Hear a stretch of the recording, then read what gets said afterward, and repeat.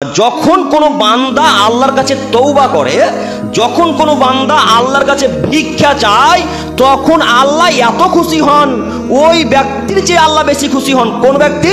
যে ব্যক্তি মরুভূমির প্রান্তরে উট নিয়ে গেছে, যে উটের উপরে খাদ্য আছে, যে উটের উপরে পানি আছে, যে উটের উপরে বস্ত্র আছে, তার খাওয়া দাওয়ার ব্যবস্থা, পানি সবকিছু উটের উপরে আছে।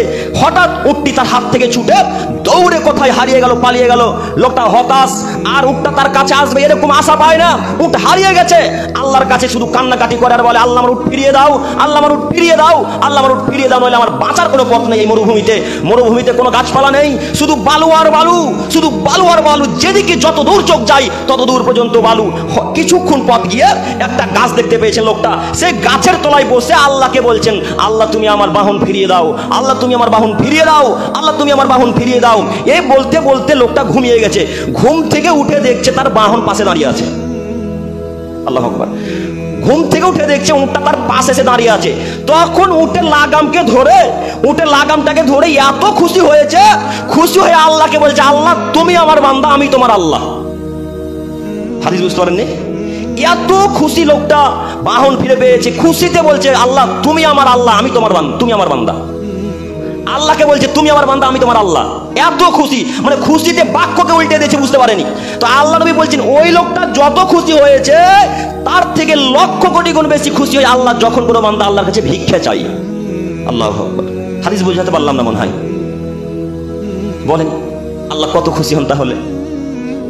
সম্মানিত দিনী ভাই, চাইতে শিখলাম না আমরা, আল্লাহকে বলতে শিখলাম না। তাই আল্লাহ বলছেন তোমরা আমার ক্ষমার দিকে দৌড়ে আসো। এই যে বাক্য বলতে যাচ্ছিলাম সেটা এইবার আল্লাহ নবী সাল্লাল্লাহু আলাইহি ওয়াসাল্লাম তারপরে বলছেন, এইভাবে যখন কোনো আমার উম্মতি আল্লাহর দিকে এক বিগত এগিয়ে যায়, এক বিদ্যা যখন আল্লাহর দিকে কেউ এগিয়ে যায়, তখন আল্লাহ তার দিকে এক হাত এগিয়ে আসে।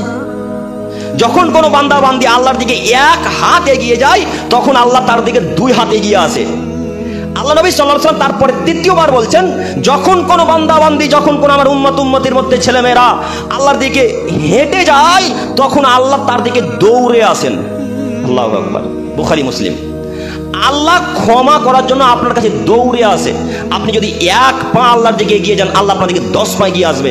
এক হাত এগিয়ে যদি আল্লাহর দিকে যান, তাহলে আপনার দিকে আল্লাহ 2 হাত এগিয়ে আসবে।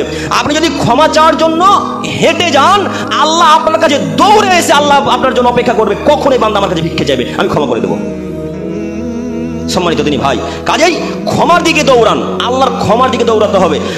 আয়াতে বলছেন, আল্লাহ তোমরা আমার ক্ষমার দিকে দৌড়ে এসো, আর মুহাম্মদ সাল্লাল্লাহু আলাইহি সাল্লাম বলছেন, আল্লাহ তোমাদের দিকে দৌড়ে যায়। কথা বুঝতে পারেননি? আয়াতে আল্লাহ বলছেন, এ আদমের ছেলে মেয়ে, তোমরা আমার ক্ষমার দিকে দৌড়ে আসো, আমি ক্ষমা করে দিব। আর মুহাম্মদ সাল্লাল্লাহু আলাইহি সাল্লাম বলছেন, তোমরা যদি আল্লাহর দিকে হেঁটে যাও, আল্লাহ তোমাদের দিকে দৌড়ে আসে তোমাদেরকে ক্ষমা করার জন্য। মানে আল্লাহ সদা সর্বদাই প্রস্তুত আমাকে আপনাকে ক্ষমা করার জন্য।